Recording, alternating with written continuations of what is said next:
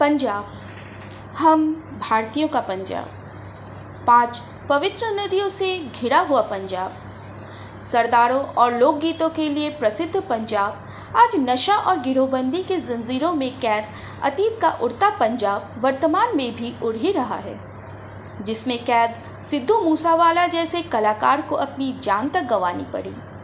सदीनामा का 31 मई 2022 का संपादकीय मूसावाला की हत्या से थर्राया पंजाब की वर्तमान स्थिति से आप श्रोतागणों को अवगत कराता मूसावाला के जीवनी पर प्रकाश डालता है। इसे लिखा है हमारे सह संपादक राकेश अचल ने। तो एक बार फिर उप संपादक सुमिता चक्रवर्ती संग आप भी संपादकीय सुने और अच्छा लगे तो लाइक और शेयर करें और चैनल के साथ जुड़े रहने के लिए चैनल को सब्सक्राइब करें। तो आइए अब संपादकीय सुनते हैं। सिद्धू मूसावाला लोकनायक नहीं बल्कि लोक गायक था। उसे दिन दहाड़े गोलियों से भून दिया गया। मूसावाला की मौत शायद आ गई थी, उसे इसी तरह से मरना था शायद, क्योंकि सिद्धू मूसावाला भी कोई दूध का धुला हुआ लोक गायक नहीं था। इस हत्याकांड से कम एक बात तो जाहिर हो गई है कि अतीत का उड़ता पंजाब वर्तमान में भी उड़ ही रहा है। अभी पंजाब को पंजाब बनाने में काफ़ी वक्त लगेगा। हत्या मध्य प्रदेश में हो, जम्मू कश्मीर में हो या पंजाब में हो, लोगों को परेशान तो करती ही है। ये परेशानी तब और ज़्यादा होती है जब किसी प्रदेश में हाल ही में सत्ता परिवर्तन हुआ हो। ऐसे हत्याकांड राज्य सरकार की कार्यप्रणाली पर भी उंगली उठाने की वजह बनते हैं। भ्रष्टाचार के खिलाफ जीरो टॉलरेंस की कवायद करने वाले पंजाब में अपराधों को लेकर जीरो टॉलरेंस क्यों नहीं है? ये सवाल पूछा जा सकता है कि पंजाब को नशा माफिया और अंतर्राष्ट्रीय माफिया गिरोह से मुक्ति कब मिलेगी? लोक गायक सिद्धू मूसावाला की हत्या की गंभीरता इस बात से कम नहीं हो सकती कि मरने वाला आपराधिक प्रवृत्ति का था। आखिर मरने वाले को राज्य शासन की तरफ से सुरक्षा मुहैया कराया गया था। ये बात अलग है कि सरकार ने ऑपरेशन ब्लू स्टार के बरसी के बहाने मूसावाला की सुरक्षा में से कुछ जवानों को वापस ले लिया था। मूसावाला के पास बुलेट प्रूफ कार भी थी, लेकिन जब बुलेट चलती ही तो उसे कोई प्रतिरोध रोक नहीं सकता। मूसावाला मारा गया। उसके मरने का दुख सबको है, लेकिन इससे ज़्यादा डर है लोगों के मन में कि क्या आने वाले दिनों में राज्य सरकार में कुछ दूसरे देशों से सक्रिय गिरोह को नेस्तनाबूद कर पाएगी। पंजाब कृषि आधारित अर्थव्यवस्था वाला राज्य है, लेकिन इस राज्य की अर्थव्यवस्था में नशा बेचने वाले अंतर्राष्ट्रीय गिरोह की सक्रियता भी बढ़ गई है। जाहिर है कि कानून और व्यवस्था के मामले में करने को अभी बहुत कुछ बाकी है।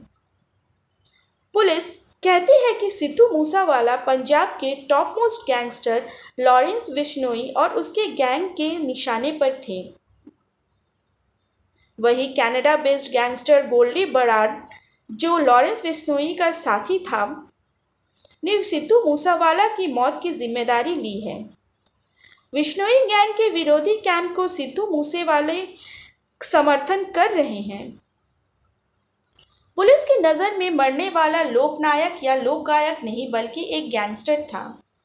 यानी गैंगस्टर हो तो उसे मारे जाने के से कानून और व्यवस्था पर कोई फर्क नहीं पड़ता, लेकिन फर्क पड़ता है। फर्क इसलिए पड़ता है क्योंकि पंजाब पहले से ही लड़ता आ रहा है। यहाँ दुनिया में काम करने वाले हर तरह के गिरोह सक्रिय हैं। खालिस्तान के आतंकियों का भी अभी तक वजूद बना हुआ है। कुल 28 साल के सिद्धू मूसेवाला का असली नाम शुभदीप सिंह सिद्धू था। उनका जन्म 11 जून 1993 को पंजाब के मनसा स्थित मूसा गांव में हुआ था। वह भोला सिंह और चरण कौर के बेटे थे। सिद्धू ने लुधियाना के गुरु नानक देव इंजीनियरिंग कॉलेज से अपनी इलेक्ट्रिकल इंजीनियरिंग की पढ़ाई की थी।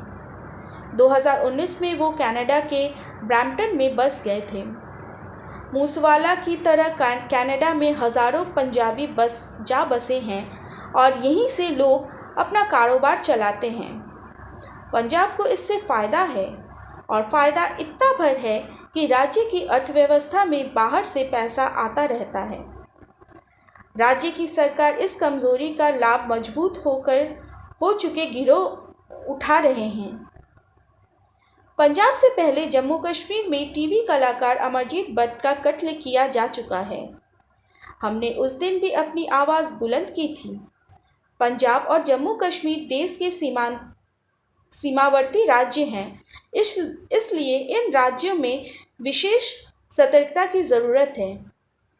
केंद्र इन राज्यों में प्रत्यक्ष और परोक्ष रूप से मदद करती है, लेकिन ये मुद्दा ऐसा है कि जिनमें बिना खुलकर सामने आए बात बनने वाली नहीं है। हम मूसावाला की हत्या के लिए राज्य में मुख्यमंत्री को जिम्मेदार ठहराने बाहर से बच नहीं सकते। पंजाब को आतंक और गोलियों से मुक्त दिलाने के लिए सबको मिलकर काम करना पड़ेगा।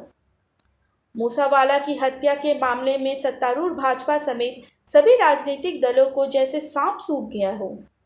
कोई कुछ बोलने को राजी ही नहीं है। कोई बोले भी क्यों? क्योंकि इस मामले में बोलने का कोई नफा नुकसान नहीं है। यदि राजनीतिक दल इस मुद्दे पर नहीं बोलेंगी तो ये मामला और गंभीर हो जाएगा। सिद्धू मूसेवाला पंजाबी लोक गायक थे। वे खुद गानों को लिखा भी करते थे।